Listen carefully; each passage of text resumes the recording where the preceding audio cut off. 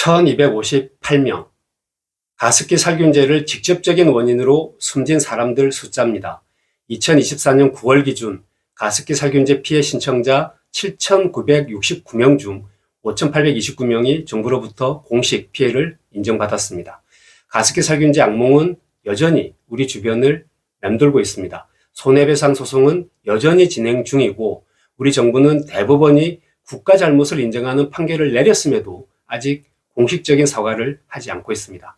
가습기 살균제 피해가 세상에 알려진 것은 13년 전인 2011년입니다. 당시 보건복지부 질병관리본부가 역학조사 결과를 발표했을 때입니다. 13년이 지났음에도 피해자들은 여전히 진상규명과 책임자 처벌을 외치고 있습니다. 미국에서도 가습기 살균제에 버금가는 비극이 비교적 자주 일어납니다. 글로벌 화학회사 두폰이 과부라 옥탄산으로 불리는 PFOA라는 물질로 수만 명을 병들게 한 만행을 추적한 영화가 바로 다크 워터스입니다. 잘 나가는 변호사였던 롭 빌럿은 어느 날 한 농부로부터 두폰을 고발하고 싶다는 의뢰를 받습니다.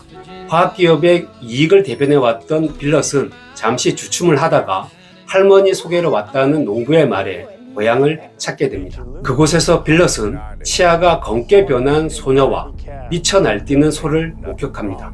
많은 사람들이 원인 모를 병에 시달리거나 암에 걸린 상태였습니다. 농부는 듀폰이 유독성 물질을 땅에 매립하거나 아니면 강에 버린 탓에 지하수와 토양이 오염됐다고 의심합니다.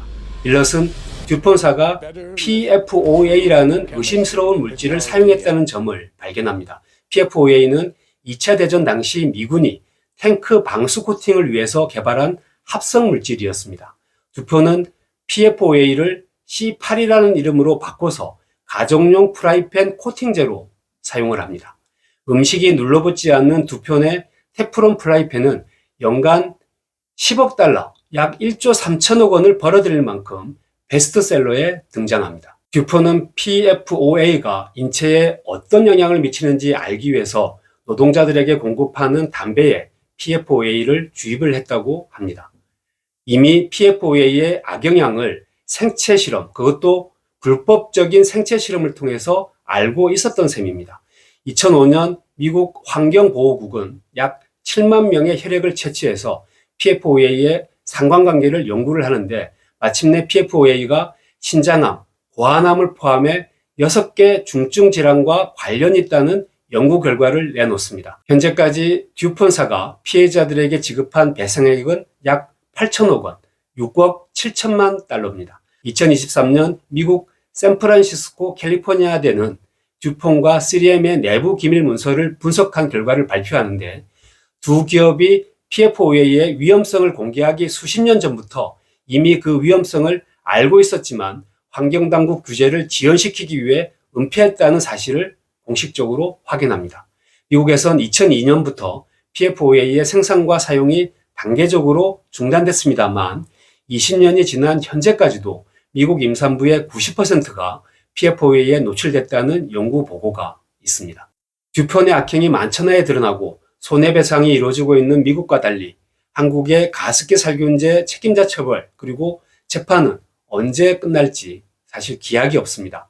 최근 개신교, 불교, 원불교, 천주교가 주최한 가습기 살균제 희생자 추모 예배가 처음으로 열린 적이 있습니다. 당시 피해자들은 책임자는 한 명도 처벌받지 않고 누구도 책임지지 않는 상황에서 우리는 죽은 이들을 제대로 애도할 수도 없고 이 재난에서 회복될 수도 없다. 올해 6월 대법원은 염화에톡시 에틸구 아니딘 PGH가 포함된 가습기 살균제 피해자가 제기한 손해배상 소송 최종 판결을 내렸는데요.